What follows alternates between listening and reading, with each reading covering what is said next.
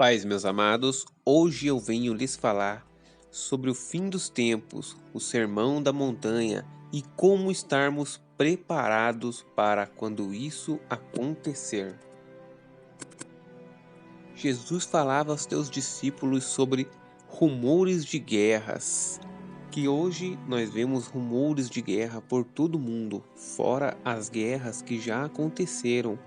Jesus dizia que nação se levantaria contra nação e reino contra reino, e isso são coisas que nós vemos o tempo todo.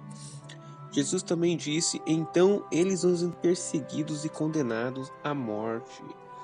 Desde os tempos passados, cristãos eram considerados hereges e eles eram perseguidos e levados até a morte, perseguidos. E essas coisas todas já vieram acontecendo há muito tempo atrás. E também que os crentes seriam perseguidos, aqueles que servem a Jesus. E isso hoje mesmo, não daquela maneira que eles pegavam os cristãos, que chamavam de hereges e colocavam na fogueira e matavam, mas hoje a igreja é perseguida em todos os lados, de todas as maneiras, até mesmo pela mídia. E isso tudo acontece por nós servirmos a Jesus Cristo, porque seguir a Jesus e viver em seu caminho é ser inimigos do mundo. Então Jesus dizia: naqueles tempos muitos ficariam escandalizados, trairão e odiarão uns aos outros. E hoje, meus amados, meus queridos, é só você ligar a televisão e você vai ver quanta barbaridade acontece hoje. Mesmo dentro das igrejas, os irmãos estão brigando. Há escândalo por todos os lados. E numerosos falsos profetas surgirão e enganarão a muitos. Mateus 24:11. Isso é o que nós vemos em todos os lados, por todas as plataformas da internet. E devido ao aumento da maldade, o amor de muitos esfriaria. E todas essas coisas são coisas que nós já estamos vendo hoje. E não só estamos vendo, como nós mesmos estamos vivendo essas coisas todas. E muitas das vezes isso pode acontecer até mesmo conosco.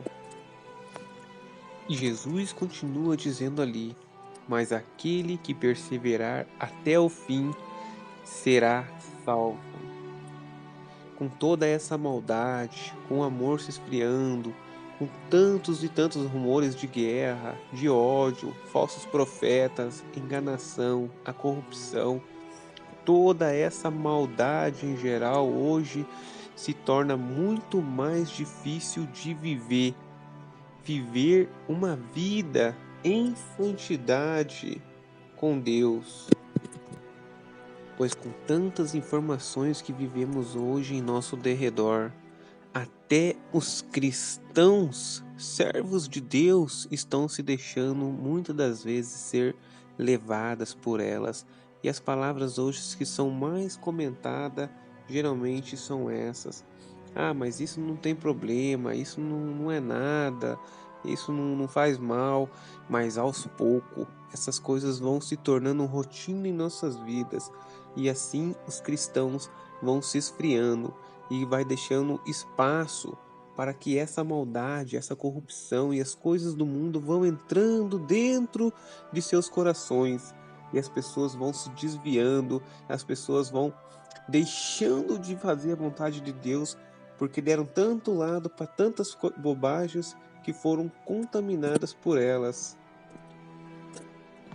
E a consequência disso são os escândalos que hoje vemos. Igrejas onde líderes vivem roubando as suas ovelhas, enganando as pessoas. Jovens que servem a Deus, que cantam hinos e louvores, estão se entregando para o inimigo, desviando da igreja e fazendo escândalos por fora, expondo coisas que estavam ocultas em suas vidas. E isso tudo é porque as pessoas estão aos poucos se desviando sem perceberem.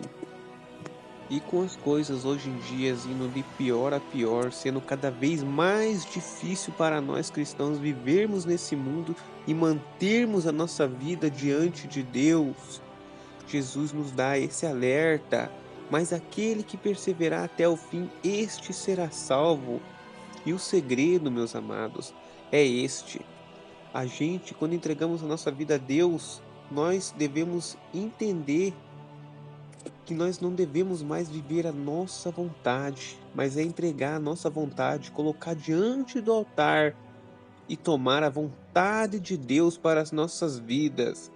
Isso é viver a vontade de Deus, se entregar para Deus, para ser servo de Deus, para que a nossa vontade não prevaleça sobre nós, mas sim a vontade de Deus. Este é o segredo, você deve manter a sua mente na vontade de Deus, pois somos servos de Deus para fazer a vontade de Deus. E se deixarmos a nossa vontade nos dominar, é aí que se desviamos, é aí que nos entregamos às coisas do mundo. Mas mantenha na sua mente sempre Jesus e a vontade dele na sua vida, e assim você conseguirá permanecer. E permanecendo na vontade de Deus e não na sua, é assim que conseguiremos vencer as astutas ciladas do inimigo e este mundo de hoje. E Jesus continua sua palavra dizendo: "E este evangelho do reino será pregado em todo o mundo como testemunho a todas as nações. Então virá o fim." Mas nós permanecemos firmes na vontade de Deus e assim vencemos o mundo.